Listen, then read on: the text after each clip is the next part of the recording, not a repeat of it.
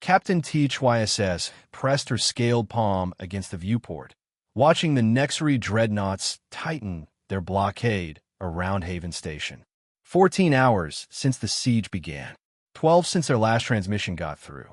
8 since anyone had answered their distress calls. Status report. She croaked, her throat parched from smoke and recycled fear. Lieutenant Corvex didn't look up from his console. Shields at 18%. Life support failing on decks 7 through 12. Medical bay overflowing. His voice cracked on the last word.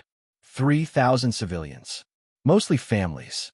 Children who would never see their homeworlds again.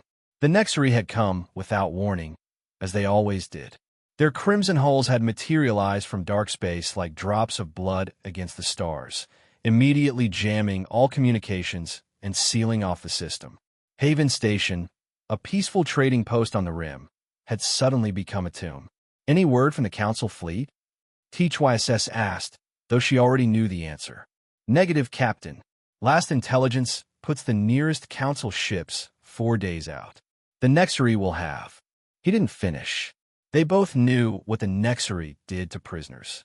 THYSS closed her eyes, feeling the weight of command like gravity itself. The evacuation pods were gone, destroyed in the first hour. The defense platforms reduced to glittering debris. Her small escort frigate was all that stood between 3,000 souls and the horrors of Nexary processing ships. Captain, communications officer Wella's voice cut through the despair. I'm picking up something, a transmission, heavily encrypted, very faint. Council reinforcements? Hope flickered in THYSS's chest like a dying star, trying to reignite. No, ma'am. The signature, it's human.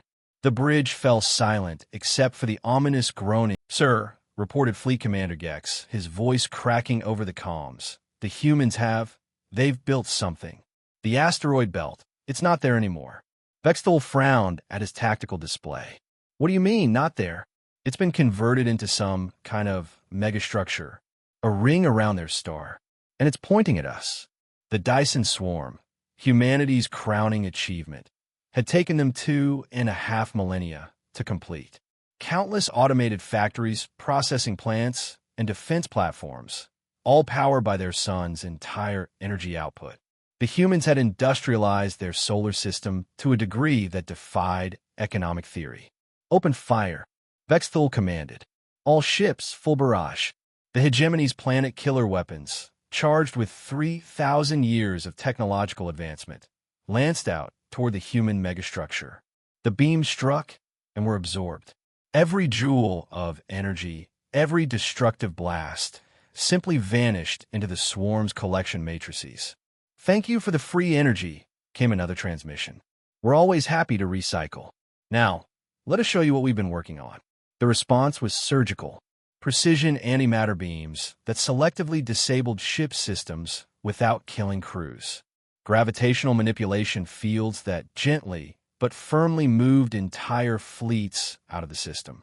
Swarms of microscopic drones that infiltrated ships and left motivational messages written in the condensation on viewport glass. Not a single hegemony soldier was killed. They were simply relocated to the edge of the system, with their weapons offline and their egos thoroughly demolished. Attention, hegemony forces, came Admiral Chen's voice, warm with amusement. Thanks for dropping by. We've uploaded some reading materials to your ship libraries. About 3,000 years of human tech. Also, we've left care packages in your mess halls. Coffee's an acquired taste, but trust us, it's worth developing the addiction. Safe travels.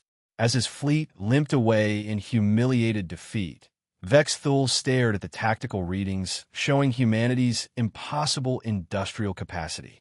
They hadn't just been sitting idle during the truce, they'd been building, planning, creating wonders that made the hegemony's mightiest weapons look like toys. His communications officer tentatively approached. Sir, the humans are transmitting again. What now?